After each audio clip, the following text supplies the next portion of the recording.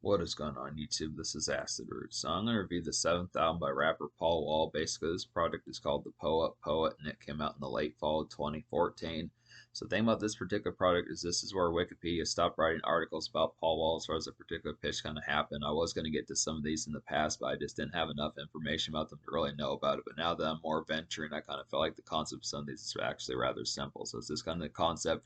This is a hit album. I remember this somewhat from back in the day. It has a number of bops on here. This is actually another classic for Paul Wall. I'd have to say, just like Check Season, both of these, although they didn't really have any charting hits, and Paul Wall had kind of reverted back to more underground rap type days that he was in like the early 2000s with Chameleonaire and like in the Chick Magnet days. I still feel like this is basically one of Paul Wall's best albums. It's another streak of a highlight for Paul Wall. Definitely has some pretty sheer blitzing type hits on here, and this is just a great album to overall get fucked up overall. So this one, like Paul Wall has talked in the past about the fact that some of his albums have like themes and stuff. Like Check Season was just like a hustle, how to get money kind of hustler's blueprint as far as that particular kind of happens. But the Poet is definitely like nightclub glitz, and just overall getting fucked up. Now the theme of this particular album is sipping syrup, pitches like that, getting some lean, some of that type of stuff. But I actually look after it. If you just have some good drink like Hypnotic or Crown Royal, a couple kegs of beer, some of those type pitches, just a 30 pack, some of that type stuff, just glitzy type stuff, Hennessy, some of that type stuff. It's just an overall great tore up album. It's an overall great tore up album with plenty of glitzy nightlife, and a lot of this still slaps pretty heavily. I'd have to say it's just a good concept, despite the fact that this came out right on the cusp of 2015. It still has a lot of good enamorment to kind of have nowadays. I'd have to say. The thing about this particular product though is this one kind of embraces. By this point, 2010's trap was starting to take over the Instagram type sound from like 2015. Dirty Sprite, 2 Days by Future Forward. A lot of this kind of not necessarily bites Future, but has plenty of similarities to folks like Meek Mill, Future, some of those type folks, Young Thug, some of those type folks, Yo Gotti that were kind of blowing up in 2014 forward as far as pitches like that kind of happened. It's like an early bird kind of taste of that, but Paul Wall suits this sound pretty well. So it's more so than Check Season. I feel like this particular concept is just the gravity of what was happening with rap music around this time. So it's pretty revolutionary as to how some of the stuff kind of happened. Paul Wall took to it like a fish to water as far as that particularly kind of goes along with this. It's some overall blitzing type stuff to kind of get. Just have to say the quality of this particular album is very high. So it's just a good concept for that. I do appreciate these concepts and these trends. It was kind of a trendy album for the time, despite the fact that this did not chart on any charts on like the rap charts or like the Billboard charts. I still would have to say it's kind of, I mean, it's an album that shouldn't be ignored. I just would look after it. Just the fact that most folks probably wouldn't know what the singles are. It's kind of a little bit tricky to find some of those in particular. It's not commonly known that the singles, that there were at least two music videos released.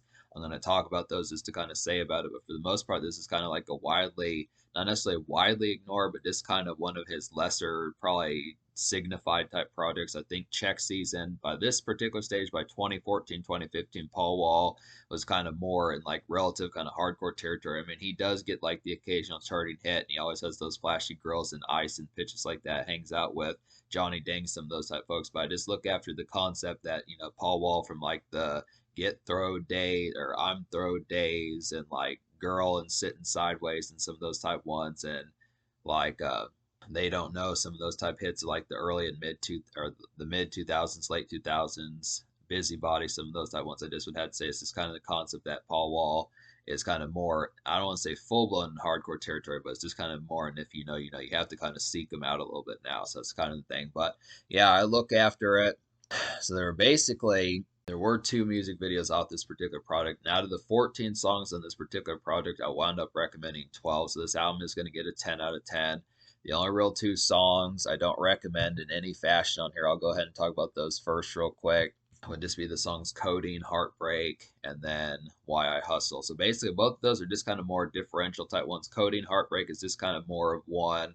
It's a little bit more of like a kind of just malaise type song. Just kind of something that's feels more like alternative rock, just acoustic licks on the song, pitches like that. But I don't know, it just broke from the rest of the forum of the particular album. I just kind of felt like it's not necessarily a bad song, but I feel like this particular album just slaps so hard that you just want to be in full blistering type gear. It's just a different aspect to kind of switch gears a little bit and kind of get to a different taste. I just feel like, I mean, it was probably necessary. This album's still going to get a 10 out of 10, but this is a different taste. It's the only real song on the album that has a different tempo. And it's the same thing with Why I Hustle. I did like the fact that Zero and Daz were kind of on there. there, but it just was kind of a more homely type one that just didn't really have as much of like an aspect behind it. I mean, if you are looking for something with a little bit more of just like not the blitzing type part, but I feel like if you're fucking with an album like Poet, that's the sheer kind of mentality that you should have going in with this. I mean, Paul Wall at least put some other songs on here just for folks that do need some relief from all that Friday night, Saturday night, Thursday night type music, but I just kind of look after it. In my opinion, it just kind of felt somewhat I mean, it's probably necessary to round out the album in some senses just to have it have some degree of balance, but I saw both of those songs, Coding, Heartbreak, and Why I Hustle, just to be unnecessary. But I mean, I see the necessity, but I just didn't see this necessary for me, I'd have to say. But yeah, the two singles off this album are Don't Spill It with Young Dolph and then Sipping Out the World Cup with Cap G. So basically, both of these are pretty awesome to kind of get. Don't Spill is one of my favorite songs off this particular album. Definitely enjoyed that particular one. Remember it from back in the day. It's like a beastly kind of get hella throwed club outing of a song, I'd have to say. Is like a flashy kind of glitz and emphatic time out. I would definitely feel like this is like a pseudo kind of trap type tune. So it's a good concept that really has like a is completely distorted. Don't Spill has a completely slinky type beat. Just really feels like you're just going through a head trip listening to it as far as pitches like that kind of happen. Just like the concept, Paul Wall sipping lean in the club, some pitches like that. It's a good overall blitz. If you like songs like I'm on Patron by Paul Wall, some of those type ones, some of his most beastly songs in terms of getting tore up. This whole album is probably one that if you're not careful, this I would recommend drinking responsibly with some of those type pitches with this particular album because it's just one after the other on this particular one. Just plenty of blockades of just hits after hits. So it's a good concept. You don't want to black out things like that, but just kind of the concept of just being able to say that this has plenty of these hits. Just it's an amorous kind of album. Sipping Out the World Cup is the second single. And this one's a lot more like Future, some of those type folks. This is what I was talking about. This is like an early bird kind of 2010s trap pizzazz. I would have to say it's very like Future. Sipping Out the World Cup is like an early bird kind of 2010s trap pizzazz of a song. I'd have to say is like Future and Meek Mill hits from 2015 forward. I would have to say so. It's definitely kind of a trailblazer for that particular type of sound. Now, obviously, Future, Meek Mill, some of those type folks, Yo Gotti, folks like that. Young Thug, some of those type folks were really carving out this lane. Migos, Gucci Mane were carving out this lane as far back as probably like late 2012, mid 2013. But I just look after it, just the fact that Paul Wall jumped on this and really had some good appeal about it. It's a real nice one. This just really feels ripped out of 2016, 2017, 2018. This is just a real glitzy type song. If you like some of those auto tune type hooks that just have that bemoaning about it, it's very similar like Meek Mill circa 2017, 2019. It's a good pitch to kind of get that very Future like this, like the concept of it. But it's a good song. I mean, this is the concept of this being able to say, I mean, it is amalgamated into 2010s trap. If you're not a fan of like the 2010s trap subgenre, it might not have as much hit. But I would have to say the excellence of this particular album. I mean, basically, this album is a classic. It's just kind of the concept about it. This really has the effects of. This really has the effects of like the highlight. There's plenty of great productions on here, pitches like that. So this album is overall like a sheer, just real thrashing type album to kind of get. I would definitely have to say to make some adaptations to 2010's Trap if you're kind of skeptical of it. But the rest of these songs in this particular album, She Loves Me is a pretty nice one. This is one of the few songs that's not in like full-blown nightclub type appeal, I'd have to say, but this is a quality one. So this is like a stretching kind of trap music, blue-collar work shift relief of a song I'd have to say is like a smoke a good one and cruise out type song to kind of get here. It's just an overall feel-good type song. Definitely has some of that appeal as far as that particular kind of happens. It's kind of one of those ones. I mean, a lot of this is pretty demon time and night bound. So if you do have that relief of just waking up 5:36 p.m. is just the pitch behind that, just the sunset kind of breeze, evening type fare as far as that would particularly kind of happen. Just looking after the aspect of just kind of being out and about in like a night shift or just got done with work and just pretty much in the mood to go and get crunk out. I'd say just some real night glitz I'd have to suppose. But it is also a ladies song to kind of get within that appeal, so it's a good concept for that as far as that would kind of go. Now a lot of these on this particular album are pretty similar, just within the fashion. I would definitely feel like. I feel like Mud Sippers Only is a pretty nice one. This is definitely like lots of these are just going to be standard fashion, like the nightclub, strip club type glitz, step out, get crunk, socialize, some of those type pitches. It's just the concept. A lot of these, they're just different variations of like the aesthetic that 2010's trap kind of had. If you can think of like a Young Thug, like you can think of like a Young Thug or like Moneybag Yo, some of those type folks, Gunna, some of those type folks from 2016, 2017, Lil Baby, some of those type folks as they did 2010's trap. Paul Wall was doing this back in late 2014, so it's a good concept. I mean, obviously there were folks doing it back in 2013, but this is just the pitch that this fits right in with 2010's trap from like 2017, 2018. So Mud Sippers Only is like a jumping kind of hot night turn up of the song. Hot night Hot Night Turn Up Craze was a song I'd had to say. It's like a great song to get tore up to. I would definitely feel like it's like a dance club and venue heat of a song. I would definitely feel like so. This is pretty nice and just overall the appeal behind it. It's lots of good pounding typeness to kind of get here. I feel like Work That Wheel, Cup Don't Spill. It's pretty nice one. It's like a heavy trap music turn up of a song. I would feel like it's like a Get Money track. I would definitely have to say, and it's like a gnarled kind of crazy night. I would definitely have to say, and it's like some festiveness. So and Work That Wheel, Cup Don't Spill is definitely like a ride out type song. It's like one of those type ones that just is like a little bit alert and just kind of wide awake type tunes. Kind of have just really getting turned up or just really feeling the really feeling alive, wide awake. This raving Friday night pick like that, just not going to sleep for probably like another 9 or 10 hours. Some of those type pitches that I have to say, despite the fact that it could be like 9 o'clock, 10 o'clock p.m. Good concept for that. No Favors is a pretty nice one. It's like a vintage kind of early 2010s trap tune, I would have to say. Pretty good concept. This reminds me of Future from like his Pluto days, I would definitely have to say. It's like a leery kind of gothic out and about type song. I would definitely feel like it's a pretty dope one. So this one's just kind of something like Future from like the more of like Tony Montana type days. Is if you remember like the Pluto album, some of those type pitches, some of those ones, trying to think of another one.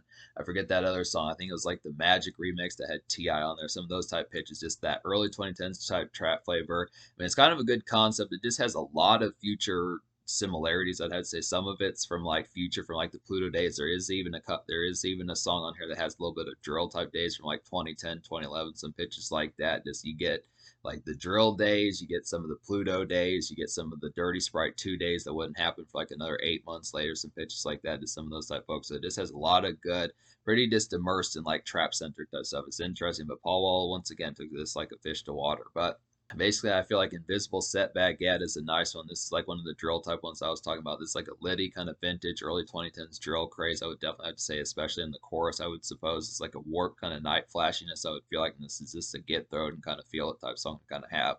This really has that particular appeal. All this album, in terms of songs I recommend, is pretty sonically pleasing. So it's just a real sparkle, like a night to kind of get a lot of this.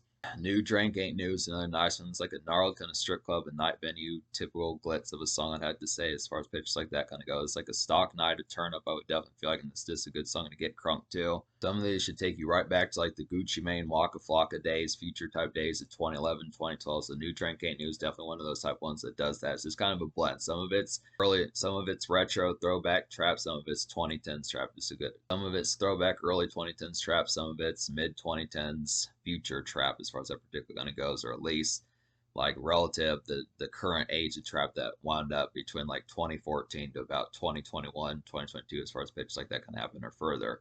But if you're not interested in going out to like a nightclub every single night, but you do want to get crunk a little bit, getting muddy, getting to the money is a pretty nice one to kind of get here. There's like an initial kind of house party and social kickoff of a song I would feel like. This is like a just woke up kind of nightlife sparkle of a song I definitely would have to say. It still has some great pizzazz about it. So I just appreciate the concept of this one. This one can kind of be more around the house, around the neighborhood type fare. I feel like some of these, I like the concept of Paul Wall doing more localized type night joints as far as that particular pitch kind of happens. I feel like probably some of these could have some of that appeal. I mean, enough of this just has like that relative type pitch. A lot of this is just kind of Friday night, just actually stepping out, looking flashy, pizzazz, some of that type of stuff. But I look after, there are a couple ones that are just great for localized around the house. I mean, I didn't signify this as much, but I would at least say getting money, getting to the money is a nice one to kind of get to that. There's probably some good ones. Like I'd probably say sipping out the World Cup's a pretty nice one for that, like in a more standard 2010s trap type sense. Some of those type ones that had suppose possibly She Loves Me just in the pitch of like a primer for that sort of thing. And Mud Sippers Only would be a nice one too. So Bartender is a pretty nice one. It's like a snarling kind of trap glitz of a song, I'd have to say. This one gives future raving night venue vibes. I would definitely feel like, and it's like a get twisted kind of social enjoyment of a song. Bartender definitely reminds me of the raving type days, the Future's Dirty Sprite 2 type days, some pitches like that. Some of those type ones, like I think the hit single off of Dirty Sprite 2, like Where Are You At, or where, I forget what that particular song was, but had Drake on there. Where Are You At? Where Are You At when such and I forget the name of that song. I'll probably put it in the connotation, but it's just a good concept to kind of get that one. Just some raving, glitzy typeness to kind of get. I'd probably say Not for Haters Part 2 is a nice one. It's like a slinky kind of Zaytoven S beat. I would have to say in particular, pretty good concept of that, considering that Paul Wall is from Houston, just some of that type fare as far as that kind of happens. It's like a woozy and kind of trippy early 2010s trap glaze of a song I would definitely feel like. This is definitely like a good strip club hit, I would have to say.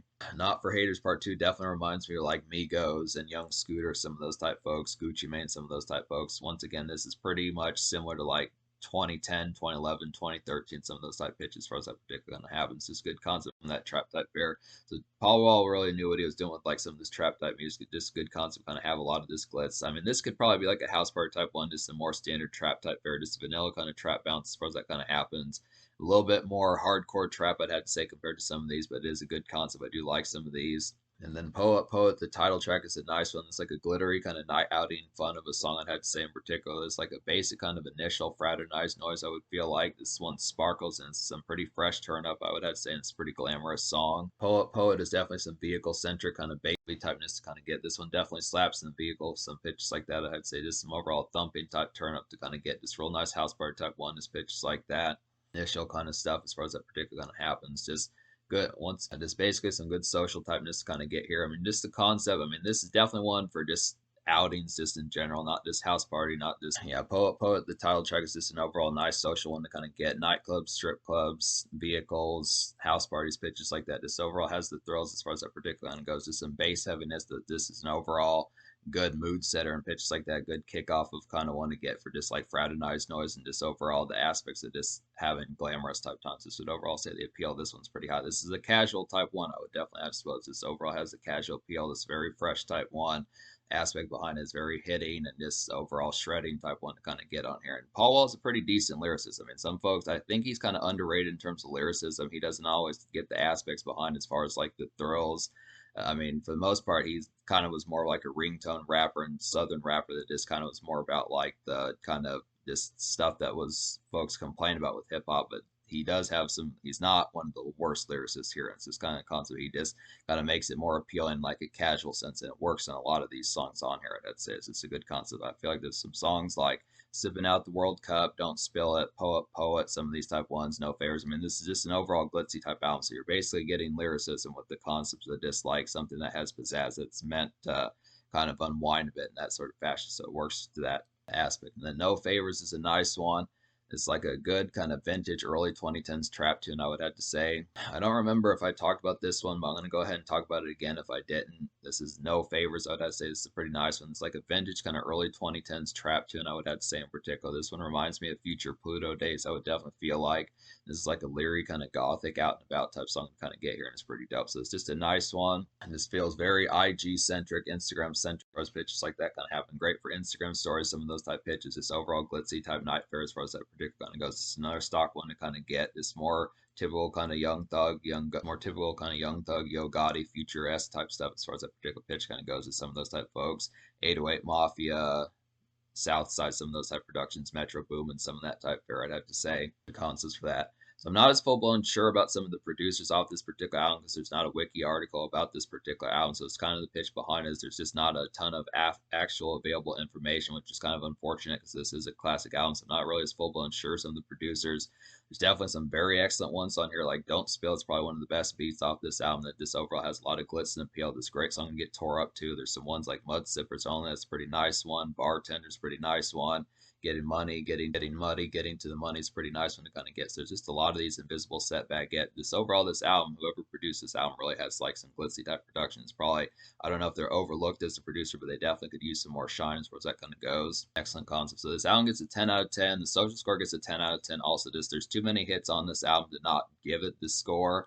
Is what I'm saying. It's not like I wouldn't anyway. It's just kind of the concept. This overall has that appeal. There's plenty of fresh type nightlife to kind of get social pizzazz bitches like that. I just would have to say the overall concept of like some glitzy nightlife, just pounding hit after hit. You get tore up in the process. A few good dance songs on here. The singles are pretty litty, and this overall pitch like that to showcase Paul Wall in the right light. He has some guests on here. Young Dolph is on here. Slim Thug's on here. Folks like that. Zero's on here a couple of times. It's like the budget pitches like that, despite the fact that Paul Wall was not full blown in the spotlight like he was in 2005, 2007, 2009. He still very much has money and still has the glitz and appeal to be able to make a lot of this just overall night worthy and just overall festive. This is a pretty festive and social album. So if you're definitely more in like a more reclusive type mode, I definitely would recommend listening to this particular product because this will definitely get you out your shell and wanting to socialize and clink drinks as far as that particular kind of goes. This overall has some of that night pizzazz about it. It's a real excellent aspect. So in terms of the future, like Paul Wall has put out an album in December 2023 called Like the Great Wall or something like that. So there are some more albums I'm going to get to. I have some more Paul Wall in mind that's going to happen as far as that particular kind of goes. This is a pretty Once again, classic album to kind of get. It's definitely an appreciable album. It's a trailblazing type one that helped kick off 2010's trap. It's a good amalgamation that Paul Wall was on top of things before it really blew up full blown with like the Spotify years and pitches like that. I'd have to say that this is definitely an aspect, and this is definitely not a relic. It doesn't show its age, so I would recommend fucking with this project and seeing just some underrated and kind of not necessarily more seldom kind of known Paul Wall because it's definitely worth the investment.